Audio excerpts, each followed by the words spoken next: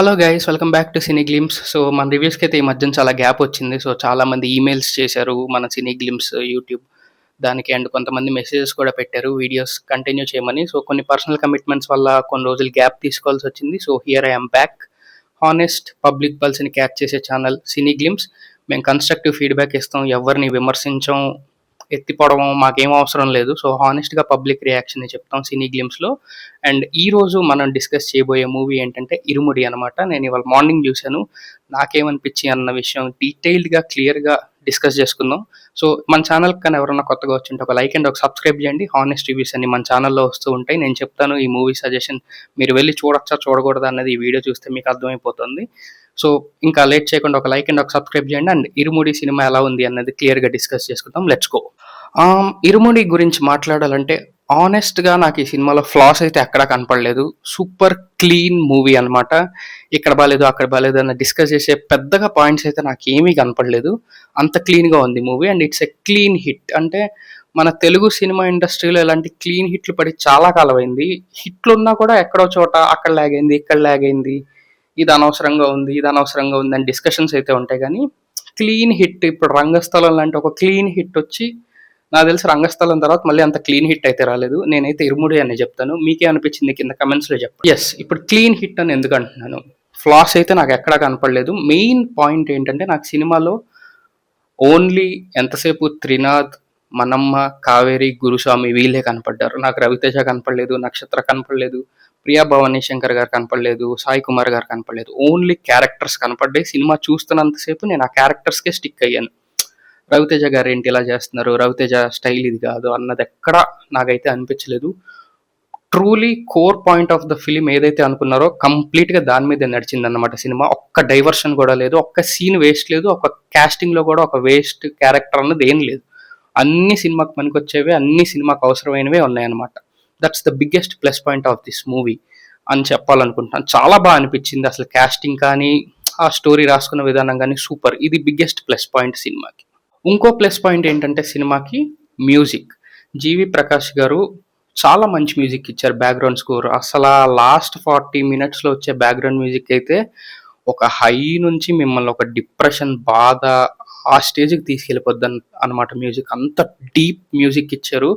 Loud music అయితే ఎక్కడ ఇవ్వలేదు. ఎంత కావాలో పర్ఫెక్ట్గా ప్రతి సీన్కి, ఒక ఎమోషన్ సీన్కి ఎంత ఇవ్వాలో అంత ఇచ్చారు. ఒక ఒక చాలా బాధాకరమైన సంఘటనలకి ఎంత అయితే ఇవ్వాలో అంత డీప్గా కూడా ఇచ్చారు. టూ మచ్ అసలు. అంత మంచి వర్క్ చేశారు. He is one of the major plus of the film. G V Prakash garu ఈయన గురించి అయితే తప్పకుండా మాట్లాడతారు ఈ సినిమా తర్వాత. అండ్ చెవులకు కూడా వినసొంపైన మ్యూజిక్ ఇచ్చారు. ఎక్కడ లౌడ్ మ్యూజిక్ లేదు, చిరాకు వచ్చే మ్యూజిక్ అసలు లేదు.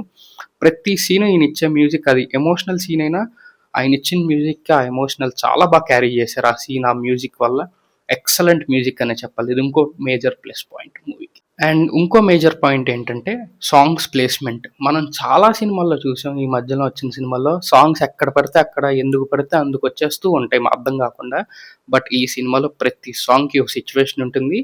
అసలు సాంగ్ వచ్చే ముందు ఒక స్టోరీ వచ్చి భలే తీశారనుకోండి. సాంగ్ సిచ్యువేషన్ కూడా చాలా బాగుంది. అండ్ డీటెయిల్గా ఇప్పుడు మూవీ గురించి మాట్లాడుకోవాలంటే, రవితేజ గారి క్యారెక్టర్ ఇంట్రడ్యూస్ అవుతుంది సినిమా స్టార్ట్ అవగానే. ఆయన ఏంటి, ఆయన ప్రపంచం ఏంటి, ఆయన ఫ్యామిలీ ఏంటి, ఆయన చుట్టుపక్కల ఉండే మనుషులు ఎవరు, ఇక్కడ నుంచి స్టార్ట్ అయ్యి అండ్ రవితేజ గారికి వాళ్ళ డాటర్కి ఒక బాండింగ్ అయితే ఉంటుంది. ఆ బాండింగ్ ఒక 15-20 మినిట్స్ చూపించాక, అసలు ఈయన లైఫ్ ఏంటి అన్నది చూపించాక ఒక కాన్ఫ్లిక్ట్ అయితే స్టార్ట్ అవుతుంది సినిమాలో. అక్కడి నుంచి స్టోరీ ముందుకెళ్ళడం జరుగుతుంది.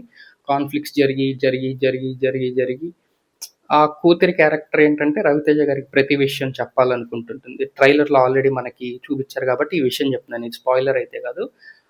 ఆ అమ్మాయి చెప్పే మాటల వల్ల రవితేజ గారికి వచ్చే కాన్ఫ్లిక్ట్స్ ఏంటి, గొడవలేంటి అన్న దాని మీద, ఊర్లో ఆయన ఉన్న పరిస్థితుల్లో, ఆయన చుట్టూ ఉన్న సర్కమ్స్టాన్సెస్లో ఆయన పడే గొడవలేంటి, అక్కడి నుంచి అలా అలా అలా ఒక డీసెంట్ ఇంటర్వెల్కి అయితే చేరుతుంది. సో శివ నిర్వాణ గారు చెప్పినట్టు ఈ కాన్ఫ్లిక్ట్స్ మధ్యలో ఆయన అయ్యప్పమాల వేయాల్సి వస్తుంది. ఈ అయ్యప్పమాల వేసినప్పుడు ఈ కాన్ఫ్లిక్ట్స్ నుంచి ఎలా తప్పించుకుంటారు అన్న పాయింట్తో సెకండ్ హాఫ్లోకి వెళ్తారు. అండ్ ఫస్ట్ హాఫ్లో కూడా 2 మంచి సాంగ్స్ ఉంటాయి.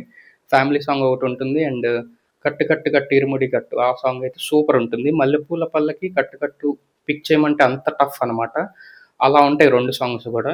అండ్ సెకండ్ హాఫ్ ఇప్పుడు సెకండ్ హాఫ్‌లోకెళ్ళాక 41 డేస్‌లో ఉన్నప్పుడు కాన్‌ఫ్లిక్ట్స్ ఎలా హ్యాండిల్ చేస్తాడు అన్న పాయింట్ నుంచి సో, ఈ 41 డేస్ మళ్ళీ ఆయన కాన్‌ఫ్లిక్ట్‌లో ఎలా అయితే ఎస్కేప్ అవుతాడో అన్న పాయింట్ మీద సెకండ్ హాఫ్ అయితే స్టార్ట్ అవుతుంది. సో, స్టార్ట్ అవ్వడం ఒక 'కార్తీక మాసం' అనే సాంగ్‌తో స్టార్ట్ అవుతుంది. 41 డేస్ ఎలా ఉంటారు స్వాములు, ఏమేం చేస్తూ ఉంటారు అన్న దాని మీద స్టార్ట్ అయ్యి, అది కూడా మంచి సాంగ్, మంచి ప్లేస్‌మెంట్ మళ్ళీ చెప్పాలంటే.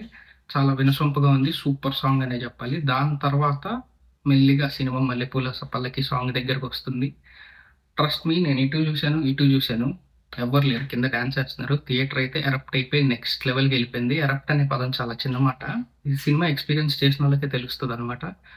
దాని తర్వాత వచ్చే సీక్వెన్స్ ఇంకో నెక్స్ట్ లెవెల్‌కెళ్ళిపోయింది. సీక్వెన్స్ బై సీక్వెన్స్ నెక్స్ట్ లెవెల్‌కెళ్ళిపోయి ఒక హైలో ఉన్నప్పుడు సినిమాలో యాక్చువల్ స్టోరీలో ఫస్ట్ హాఫ్‌లో ఉన్న కాన్‌ఫ్లిక్ట్స్‌కి, కొన్ని క్యారెక్టర్స్‌కి, టీచర్ క్యారెక్టర్‌కి, ఎమ్మెల్యే క్యారెక్టర్‌కి ఇక్కడి నుంచి ట్విస్ట్‌లు ఓపెన్ అవ్వడం స్టార్ట్ అవుతుంది. ఒక పెద్ద ట్విస్ట్ అయితే జరుగుతుంది. ఆ ట్విస్ట్‌ని సాల్వ్ చేయడం అప్పుడు ఒక్కొక్క క్యారెక్టర్‌లో ఉన్న ఇంకో కొన్ని ట్విస్ట్‌లు ఓపెన్ అవుతూ ఉంటాయన్నమాట సినిమాలో. ఆ 'మల్లెపూల పల్లకి' సాంగ్ తర్వాత రవితేజ గారు మిమ్మల్ని ఒక ఎమోషనల్ పెర్ఫార్మన్స్‌తో కట్టిపడేస్తారు. అసలు టాప్ నాచ్ యాక్టింగ్ అది మాత్రం. ప్రతి క్యారెక్టర్ అక్కడి నుంచి కంప్లీట్ ఎమోషనల్ డ్రామాగా నడుస్తుంది సినిమా. ఒక హార్డ్ హిట్టింగ్ 15, 20 మినిట్స్ అయితే ఉంటుంది. ఈ ట్విస్ట్‌లన్నీ ఓపెన్ అయ్యాక సినిమా ప్రోగ్రెస్ అయ్యే కొద్దీ క్లైమాక్స్ ఒక 20 మినిట్స్ అనుకుంటే ఒక 15 మినిట్స్ చాలా హార్డ్ హిట్టింగ్‌గా ఉంటుంది. తీసుకోవడం కొంచెం కష్టంగా అనిపిస్తుంది. బట్ ఆ క్లైమాక్స్ అయిపోయాక ఆ హార్డ్ హిట్టింగ్ 15, 20 మినిట్స్ అయిపోయాక అప్పుడు ఒక క్లైమాక్స్ సీన్ వస్తుంది. ఒక 5 మినిట్స్ క్లైమాక్స్ సీను. అక్కడ మళ్ళీ ఒక హ్యాపీ ఎండింగ్ అయితే జరిగిందనమాట. సో, అప్పటిదాకా హార్డ్ హిట్టింగ్ దాంట్లో ఉన్న మనం ఆ క్లైమాక్స్ చూసి ఒక వెరీ సాటిస్ఫాక్షన్‌తో థియేటర్ నుంచి అయితే బయటకొస్తాం. ఎండ్ క్రెడిట్స్ అయిపోయాక కూడా మీరింకా క్లైమాక్స్ ఎమోషన్‌కి అతుక్కుపోయి ఉంటారు. చాలా బావుంటుంది. సో, నేనైతే డెఫినిట్‌గా రికమెండ్ చేస్తాను. థియేటర్‌కెళ్ళి చూడండి. Devotional, emotional, family drama super, super, super ఎంగేజింగ్‌గా తీశారు. 'శివ నిర్వాణ' గారికైతే చాలా biggest hit in his career. History అనమాట ఇదైతే. అంత మంచి సినిమా ఇది. ఆయన ఇంకో 10 కాలాల పాటు చెప్పుకోవచ్చు ఇలాంటి సినిమా తీశారని. అంత తీశారు. ఫ్లాలెస్‌గా తీశారు. Very good attempt. చెప్పా కదా! Clean hit. ఇండస్ట్రీకి క్లీన్ హిట్ అయితే వచ్చింది. ఆఫ్టర్ చాలా కాలం తర్వాత అయితే వచ్చింది. అండ్ 'రవితేజ' గారికి ఒక 1000 డేస్ వెయిట్ చేశాక ఇదైతే వచ్చిందనమాట ఈ hit. So, super, super movie అనమాట. మీరు కనుక సినిమా చూసుంటే మీకేమనిపించింది కింద కామెంట్స్‌లో చెప్పండి. అండ్ సినిమా చూసిన వాళ్ళు ఎవ్వరు ఫ్లాస్ అయితే చెప్పలేరు. ఎవరన్నా వచ్చి నా కామెంట్స్‌లో చెప్పండి ఫ్లాస్ ఏమన్నా ఉంటే. But still there are no flaws. I challenge you. Super movie. Enjoy in theatres. Please like, share, subscribe to Cine Glimpse. ఇంకో వీడియోతో మళ్ళీ మీ ముందుకు వస్తాను. Until then see you all. Bye by.